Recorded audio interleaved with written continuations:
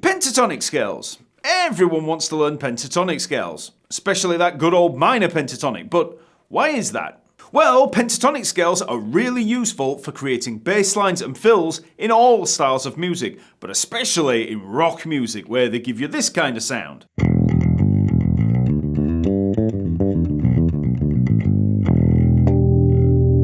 Most of the great classic bass fills and solo lines that you hear from players like Geezer Butler, Geddy Lee and John Entwistle are based in some way on pentatonic scales. They're easy to play because they're usually only 2 notes per string and they always sound good.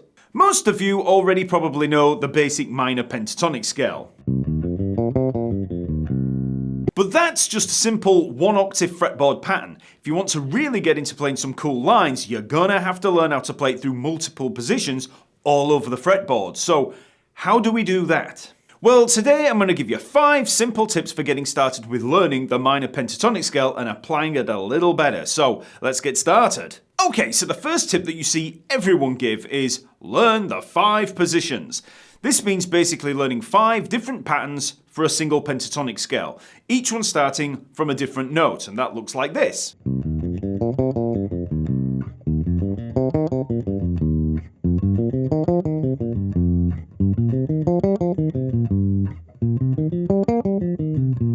So here we're learning the C minor pentatonic scale, which is C, E flat, F, G, and B flat. Then back up to C, but in different positions on the fretboard, and that's going to allow us to shift through the positions and cover the fretboard. So let's quickly work through those. So we start with that very basic minor pentatonic scale. So if you've never played a minor pentatonic scale before, this is the one that you'll usually learn. So we've got C, E flat, F, G, B flat, and then back to C for a C minor pentatonic. So that's 3rd and 6th frets on the A string, 3rd and 5th frets on the D string, 3rd and 5th frets on the G string.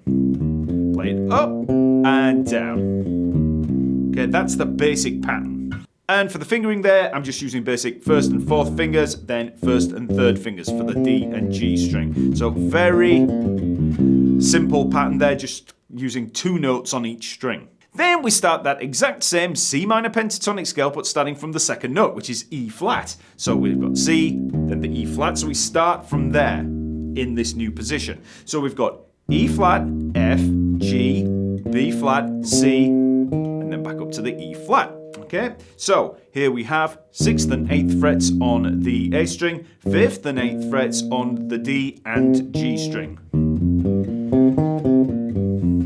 And any of you that have learned a major pentatonic scale will recognize that pattern right there. That's actually a major pentatonic. So that's exactly the same notes as that C minor pentatonic, C, E flat, F, G, B flat, but starting at the E flat. E flat, F, G, B flat, C, and then up to the E flat.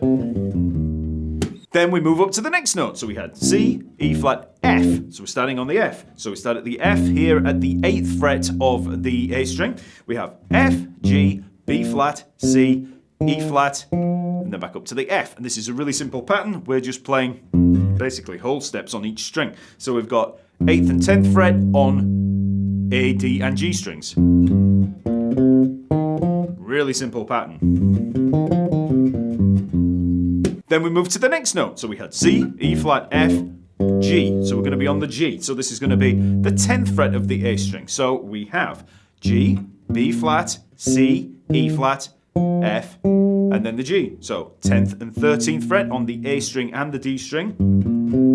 And then the 10th and 12th fret up on the G string. And then we start at the final note of the scale, which is going to be B flat, and we start here at the 13th fret of the A string. So that's going to be B flat, C, E flat, F, G, B flat. So 13th and 15th fret on the A and D strings, and then finally the 12th and 15th fret on the G string. And then we just return to our original starting point, starting on the C. So that's the same pattern as we had down here.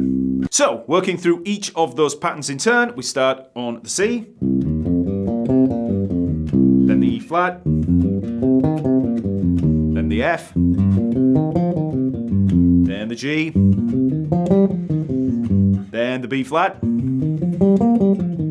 And finally, back to the C. And then you can just work back down through them. Start at the C, back down to the B flat, then the G, F, E flat, and back where we started at the C. Now, in learning those positions, it's going to help to label them, and I like to label these based on the starting note, so we have a little more information about each one. You could just call them position 1, 2, 3, 4, 5, but I like to base them from the intervals, so we can label them based from the interval from the root note of C minor pentatonic. So we have a root position, then when we start on that E flat there, we can call that a flat third, so that's going to be the flat 3 position. So then we start on the 4th, so that's going to be the 4th position.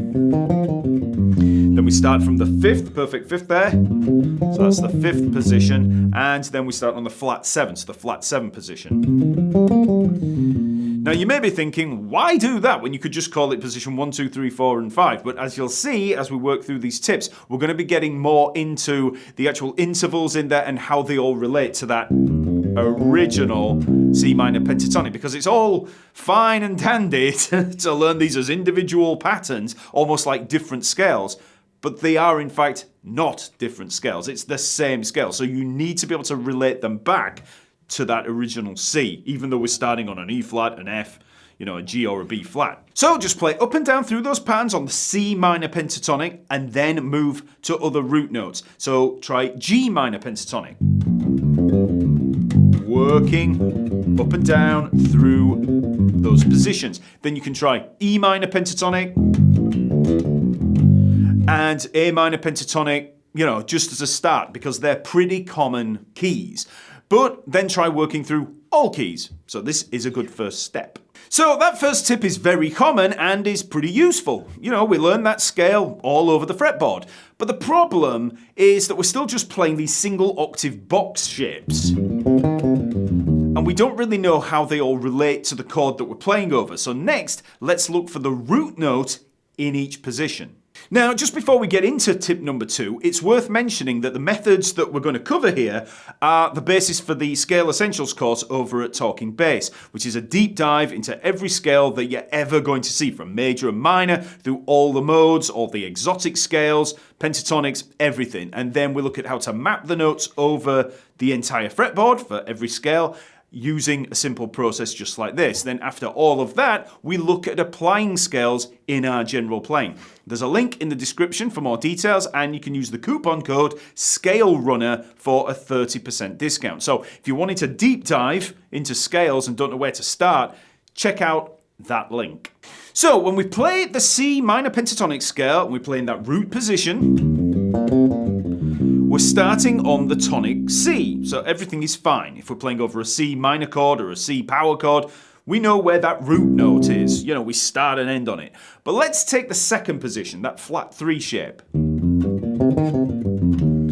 Where's the root note in there? Remember, the root note of C minor pentatonic is C. It's not E flat, so we need to know where the C is. So we can see it here, up on the G string at the 5th fret. There it is. It's the penultimate note in that pattern. Then let's try the next pattern of that 4th position. So, where's the root note there? Where's the C? Well, it's there at the 10th fret of the D string. When you play through a pattern like that, just as a linear line with no reference to the original root note of the scale, it's easy to start losing track of your main point of resolution. If I know where the root note is, I can play around in the scale and easily land on that main root note if I want to, because it's right there. So instead of always thinking of F as the starting note, we've got that C there. We know where it is. It's at that 10th fret of the D string. So now let's just run through those positions of C minor pentatonic again, just like before, but this time we're going to play them as more of a phrase, always finishing on the root note, C. So we start on that root position pattern, starting on the root note, so you can just play up and down it. But then when we move to the E flat there for that flat 3 position, we want to finish on the C. So we're starting on the E flat, we work up, and then we come down, we'll come down to the G, and then back up and finish on the C. So it's more of a little phrase there. So we work all the way up, work back down to that G at the 5th fret of the D string, and then back up to the C at the 5th fret of the G string.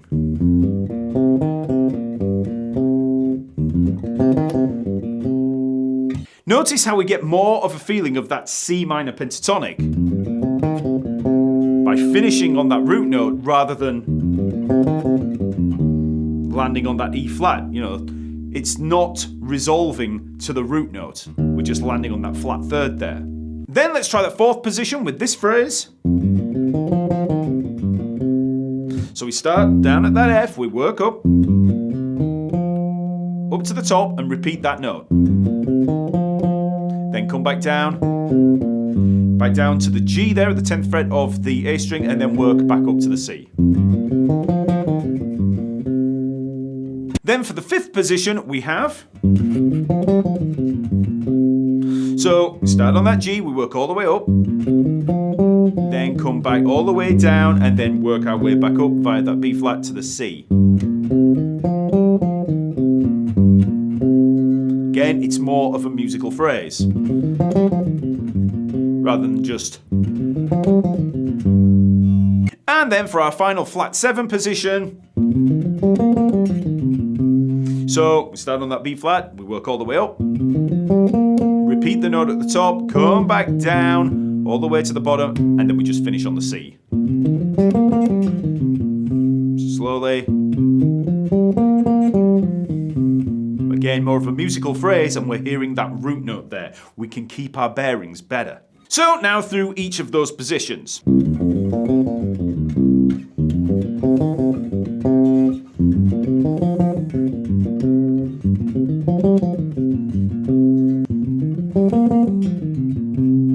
Again, try playing that sequence of positions in a whole bunch of different keys. As you do this, you'll start to see more of a connection between each pattern. Next, for tip number 3, we can expand on that root note by looking for notes of the tonic arpeggio within each position. These are going to be the main notes of resolution and make for a good framework to build from in creating phrases. The tonic arpeggio for a C minor pentatonic scale is the C minor arpeggio. So C, E flat, and G. Okay, so when you look at that C minor pentatonic, you want to see the notes C, E flat, and G in there. That's our skeleton of the scale. So now let's work through all of those positions. So we just worked through the root position, play through it, and then look for the notes in there of that minor arpeggio. C, E flat, G, and we have the C up at the top. Then we move to that flat 3 position. So we've got the E flat, we got the G, we got the C, and then we got the E flat up on the top.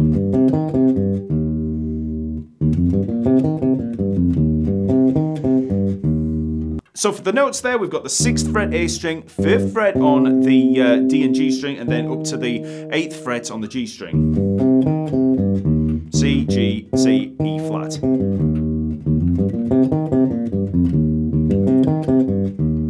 Then for that position starting on the 4th,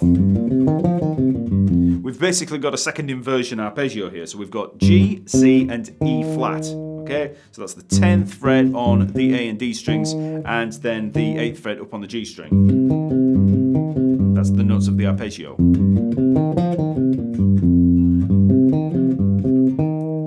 Then for the scale starting on the 5th degree, we've got the G, the C, the E flat, and the G. So 10th fret on the A and D strings, 13th fret on the D string, and the 12th fret on the G string.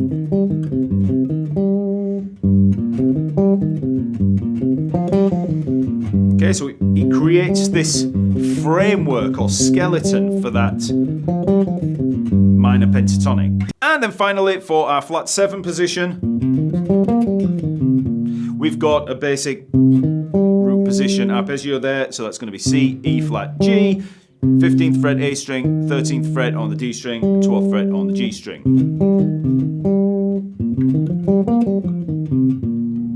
Now, after playing through those a few times, you won't need to keep playing them. All you need to do is just keep playing through the positions as we did earlier, but focus on the placement of those notes of the arpeggio. Like I said, they act as a skeleton for the whole scale, just as with any other scale or mode. Next, for tip number 4, you want to expand those positions to include all the notes both above and below the starting note in that position. This is where you really get to free yourself from the shackles of a 1-octave shape. So if we take this C minor pentatonic in root position, starting on that A string, we've got the C, B flat, F, G, B flat, up to that C. We're taking up all the notes in that area on the A, D and G strings, but we've not touched the E string. So work all the way up, down, and then we can include the B flat and G on the E string, 6th fret and 3rd fret. Again, start on that C, work up, come down, include those 2 notes, and then work your way back to the C. Don't start on the G. I know that a lot of people would think that way because then you're starting at the bottom note and working your way up to the top. Don't do that. Start on the root note of C there. That's your basic pattern that we're looking at, and then we're just expanding it. It'll help you to keep your bearings. So then we can expand on each of those positions. So if we move up to the flat 3rd position, we start there at the E flat, work all the way up to that E flat, so that's covering the A, D and G strings, and then we can include the C and the B flat down there at the 8th and 6th frets of the E string. So then work your way back up to our starting point of E flat. So at least then you know that it's that, that flat 3rd position that we're looking at. Then move up to that 4th interval position. So again, that's everything on the A, D and G strings, and then you can just work down for the E flat and the C down on the E string. So that's the 11th and 8th frets. So when you do that, you're actually creating that root position again, starting on the E string. But that's not the point of this. We're actually looking at that 4th interval position there. It's just if you want to come back down. So start on the F, work all the way up, come back down, work all the way back down to the C, and then back up and finish on the F. Then starting on the G, work your way up to the 12th fret of the G string, back down, and then what do we have on the E string? Well, we've got the F and the E flat. So that's going to be 13th and 11th frets on the E string. So that one might feel a little odd, but what we're actually doing is playing that flat 3rd position from the E flat. But like I said, don't get confused by that. Just start on that G, work up, come down, and back. It'll help you to keep your bearings when you're in that particular position. And finally, we move up to that flat 7, work all the way up, come down. What are the notes down below there? It's going to be G and F, okay? So that's going to be 15th and 13th fret on the E string. So, and then you just back at the top on the root position. Remember that we can play there at the 18th fret and the 15th fret. So again, just try playing through each of those positions at your starting point, working all the way up, coming down, all the way to the bottom and back to your starting point, okay? So just work through each of them up and then back down the fretboard.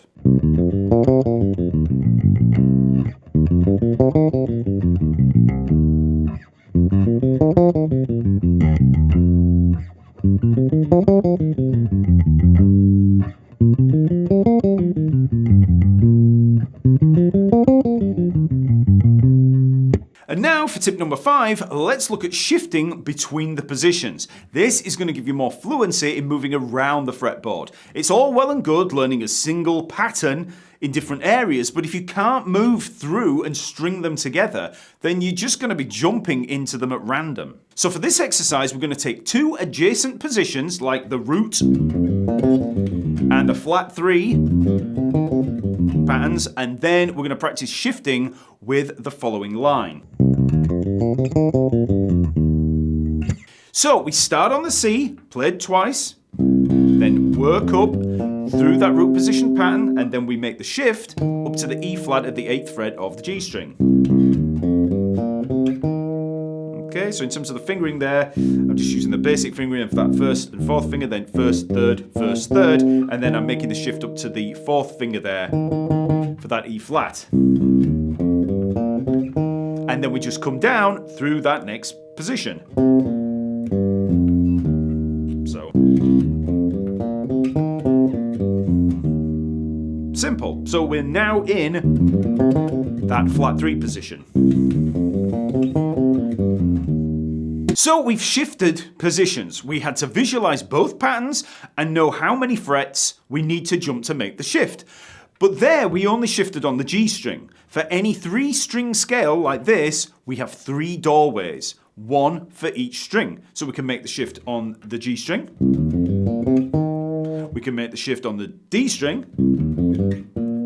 Or we can make the shift on the A string. So now let's try that same line, but shifting on the D string. So we start on the C, played twice, come up, E flat, F, G, then we make the shift up to the B flat at the 8th fret of the D string, and then continue up, C and E flat in that new position. So all the way up to that E flat and down. So it's exactly the same line, but using the D string for the shift.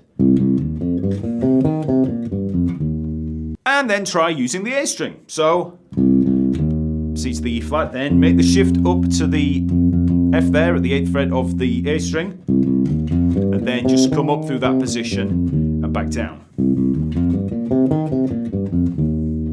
So now let's just compare all 3 lines. So we start with the G string as the doorway, then the D string, and the A string. Then you can try using that same pair of positions, but in reverse. So we start on the flat 3 pattern, so then when we come down, we shift at that C down to the B flat, okay, at the 3rd fret of the G string, so. And then work all the way down to the C, so. Exactly the same principle, but we're moving down a position. Okay, and then we can use the D string for our shift. So when we get down to the G, we shift down to the F and down, and then up.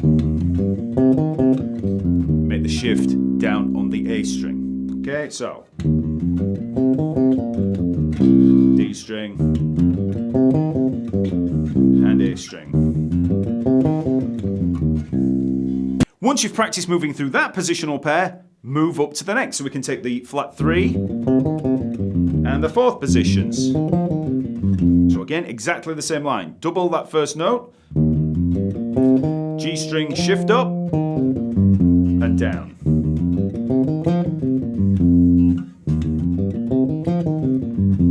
Then try using the D string.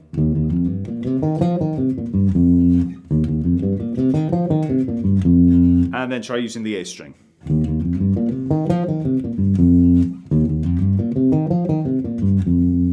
So these are just basic repetitive lines that we can run to familiarize ourselves with the scale all over the fretboard. And there's a lot of lines to work on there.